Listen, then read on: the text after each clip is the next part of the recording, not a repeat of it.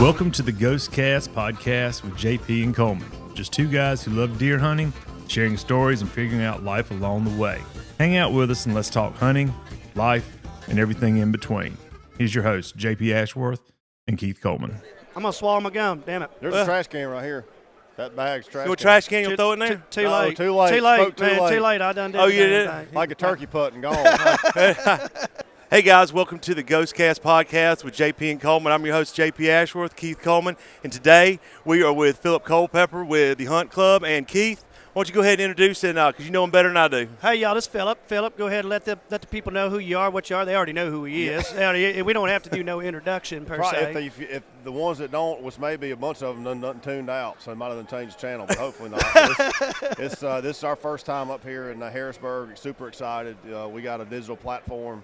On the majority of our views are on YouTube, and so it's kind of call it a hunting show, more of a reality type deal to where we just show it like it is, everything that happens. And it's, started out just during hunting season. Now it's pretty much year round. So it's, awesome. We show it like it is and try to tell a story. And just like I said, we're just being real and just get content out there. So We were actually talking about that a few weeks ago, the whole, content we're seeing now in the industry. Everybody wants to be so polished, it seems like. And, Right. and that's cool. I'd rather see a polished shot of like a good whitetail or a good turkey, like the shot. I don't care about the, you having the cool drawback, all that. I mean, it's cool. I mean, you had a great polished shot of a deer you missed. I mean, that's great. Well, I do. He Yes, does. I do have a very polished Yes, shot. I mean, I of a love deer. that. Yeah. it's funny because I came up from the days I worked at Realtree for almost 18 years and doing the TV side of things, and that's really kind of what gave me the opportunity to even go out and branch out and do Hunt Club was the fact of knowing that TV backing. But even coming from the quote-unquote TV world of the outdoor channels and the TNNs and the way it's changed and metamorphosized on the digital side, because I can remember even when I started running camera, like there wasn't a platform to have shows like there are now. Right. I mean, heck, what we're doing right now didn't even exist right. back then, hardly on the podcast side. So, I mean, it is very cool to see that branch out and see where you can have anybody can do whatever they want to put up there. But at the same time, I feel like it does expose, once you put yourself out there, the true passion is seen through it. So you better leave it, breathe it, and it be real, because if you're not, you're exposing yourself, which again. Hey, folks, JP, and real quick, we want to take a little time to say thank you to our sponsors. The first one being Ape Canyon. For over 40 years, the crew at Ape Canyon Outfitters has been keeping the best of the best safe. Fire rescue teams, law enforcement, the U.S. military, even the Secret Service and Navy SEALs. Yeah, these guys don't mess around when it comes to safety. And now they're bringing that same elite level of expertise to the hunting world with their hunting saddles, ropes, and accessories, all 100% made in the USA at their shop in Butler, Pennsylvania. Give hunters the same confidence and reliability the professionals have trusted for decades. So when you gear up with Ape Canyon Outfitters, you're not just getting solid gear, you're investing in safety, quality, and a rock-solid reputation. Check them out today at apecanyonOutfitters.com. And hey, while you're hanging out in your Ape Canyon saddle, why not send some Mamba arrows downrange? Mamba Archery is straight up changing the game with the first ever centrifugal weave arrows on the market. We're talking next level penetration, insane durability, and laser-like accuracy. Grab them in 1K, 3K, or straight carbon, whatever fits your shooting style. If you're looking to save some cash, the Impala line's got you covered. But if you're ready to step up your game with centrifugal weave tech, Mamba Archery is the way to go. Your wallet and your setup will thank you. So don't wait. Check out Mamba Archery today at mambaarchery.com and grab yourself some Mamba missiles. Big thanks to Ape Canyon Outfitters and Mamba Archery for helping sponsor this podcast. Now back to the show. Like I said, if as long as you ain't got nothing to worry about, you go out there and be yourself. That's all you can do. And with people platforms recognize like that. with platforms like YouTube and everything, the playing field is pretty much level. Right. Yeah. So with everybody doing the same thing, what's your differentiating factor? I mean, if this dude's killing bucks, well, why do I want to follow him over the other guy? Right. And a lot of it has to do with like behind the scenes, 100%. showing your failures, your misses, and not just, hey, look what I shot all the time. Look at me. How can I give back, get value from my viewers and my fan base? And it took me. I mean, and the man who kind of broke the mold of that was Bill Winke back in the day with Midwest Whitetail. He was doing it when nobody was. Right. Like nobody even like I mean, I thought people were still on dial-up AOL trying to get on whatever. He was doing it to where he had the vision to do it, you know. And I mean, kudos to him of look at what mass following that went to the digital side, and it all originated where I've always considered Bill Winke the godfather of that because he had that vision of the future. But it also was, you weren't on the network side, you weren't restrained on what you show, whether it was back in the day of I mean, I remember back in the days of ESPN when Realtree Outdoors, you couldn't even show kill shots. Right. I mean, so I'm like, and like, you think of where we're at now, and like a hunting show used to couldn't even show kill shots. Right. And so then they laxed on it. Then you couldn't show the animal hit the ground. So it was like, it's just crazy how it's changed. It's shifted so much into what you can do now, and you're not handcuffed even by an outdoor channel restrictions of a time, you know, commercials. And so it's you can like, if there's ever been a chance to be yourself and have yourself out there right now is it. This is the heyday. And that's what I tell people, you know, they're like, well, you know, I don't like the way I look, the way I sound. I'm like, the way you look, talk, walk, your man, that's your brand. That's who you are. No, you're not going to resonate with everybody, but you're going to resonate with a lot. Right. What'd you say what'd you say about that, the thief of comparisons is the thief of joy.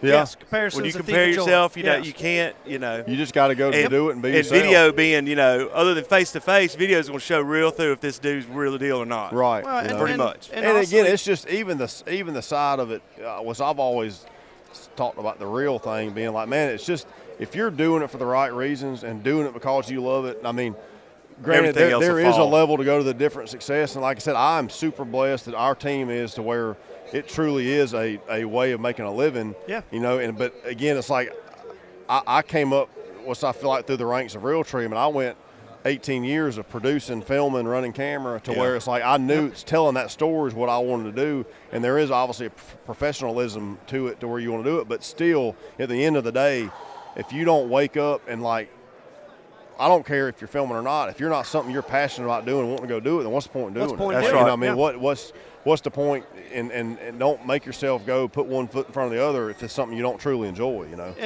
And we talk about like, you know, passion's kind of getting in the way. You know, when you were saying being passionate about and doing that. Because sometimes your passion does get in the way of necessarily making the right decision when it comes to, you know, what hunt you're going to do, where we're going to go, what.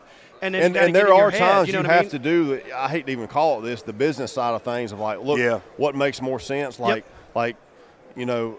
But then it's the same to me. It's kind of like if you're hunting a big deer, you're like, man, I want to go up there and hunt that deer for 2 weeks. But then you're like, man, deep down in my roots, I just want to go kill something. Like to where if you have the choice to where like you could go somewhere else and have a lot better odds. And then it's like, you know what? We're going to embrace it and tell the story. And it's like, and again, that's when you go into it where you're like, look, it don't do it justice.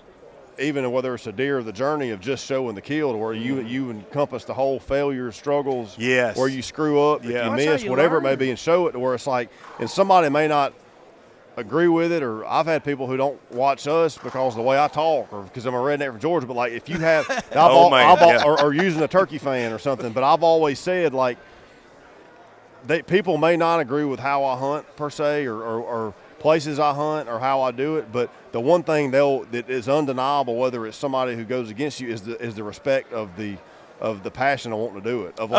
That's like the common bond of like, look, you can't help but respect that. You know what I'm saying? Right. Well, the thing about the failure, you know, you're learning something. Is it a failure or is it a learning opportunity? Yep. Well, if you don't show your failure, you're just not allowing other people to learn and maybe sidestep that mistake that they don't have to worry about making, because I did it for you. Oh, 100%. Speaking of Bill, when we seen him at ATA a few weeks back, he happened to actually be right in front of where we were staying, and I was like, Bill, and he was like, hey. Oh, yeah. You know, and I chat with him every chance I get, you know, just he's an awesome guy, man. You know what I mean? And he's like he is a book of knowledge. He had some opinions and views on the way things have different gone. opinions that I thought that I wasn't expecting out of him. It was great, though. He was great talking to him about it, but like he was saying, you know, sometimes, you know, you think you're getting in the lane to do this, and it turns out to be something else. Right.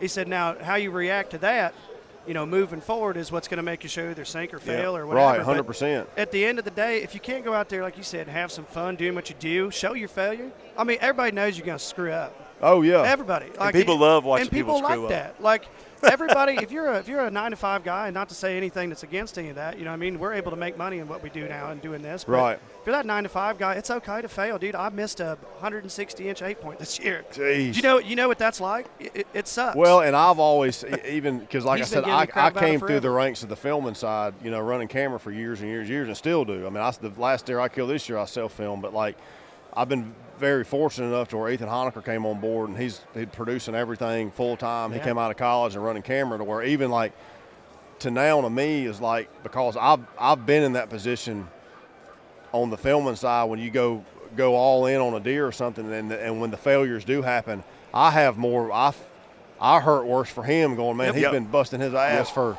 12 days, like all day, like dark. Ain't done nothing wrong, you know. And then it's like I'm the one who screwed it up. I have. Instead of me being like a selfish man, I'm upset with me. Like, yeah, it sucks you miss a deer and mess them up. But like, I feel worse for him or somebody in that position than I do actually me, because I'm like, man, they did their job, and I didn't do my job. That's when you're like, hey, gum. That's the most frustrating part to me. I can completely agree with that. I brought out our intern Ian here this last year when he was out in South Dakota. He wanted to get on his first Merriam and everything. Bad part is he had ear trouble. He had 2 eardrums that were like, he ended up getting them fixed over the summer. Oh gosh, tubes, things like that. He couldn't hear me. He couldn't hear me from me to you. And we got 4 Jakes out there, just doing Jake stuff. And I'm like, take the gun, and he's like, he's in the frame. I got him. Because he's filming, he and I'm just like, knows you're saying I something. have no shot, so I'm like, take the gun. He's like, I'm in the frame, kill him, Keith, and I'm like. Holy cow, dude, what are we doing here? He just heard you saying something like, I got him. He's like, he's in the frame, Keith. And then after it was all said and done, we get in the car, and I look at him, and I'm like, dude, what was that? And he goes, I didn't hear a thing you said. Yeah. I didn't hear a thing you said. And he's like, I was like, you could have doubled up. We could have doubled, bud. That was an easy deal. That's right. Then we got on one the next day, which was great. And we ended up killing our first Merriam, and then we had to leave because of blizzard. But we'll be back to this year again, and like I said, it's learning experience everywhere you go. 100%. If you ain't learning, it's then hard what to are you believe. doing? Here we are right here on the edge of turkey season coming Right, up. right on the edge. Right on the edge. Yeah, we're just peeking out over in Alabama. Oh, I know y'all. They're running right now. Here I am. Yeah, y'all are. You know. Yeah, was it y'all run to the 10th down there, don't you? The 10th, yes, we do. Yep. They sure do.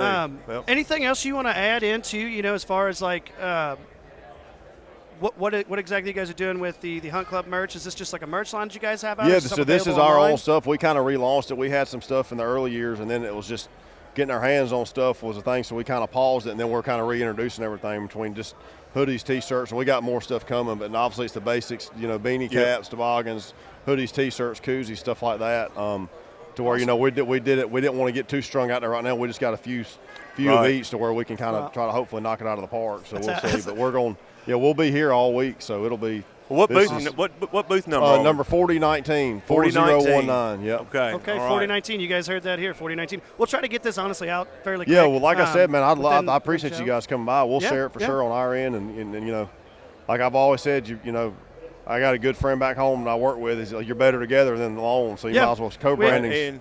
We were talking about it the other day with at the Mobile Hunter, man. Like how everybody's kind of we're getting back to that coming together at these shows and doing this stuff. It's. I don't care if you got 10 followers or 10,000. You know what I mean? I'm agree with you. Yeah. You can't build a house with a hammer. No, So every tool that you can this get. This industry's too small to have the haters we got, so we can take them down one at a time. Best thing we can do. All right, guys. Well, that wraps up episode 2 of the JP and Coleman Ghostcast podcast. JP, Keith Coleman, Phillip Culpepper. Man, we appreciate it. Thank you, guys. Appreciate it. We'll see you on the next one. Appreciate it. All right. Come see him, guys.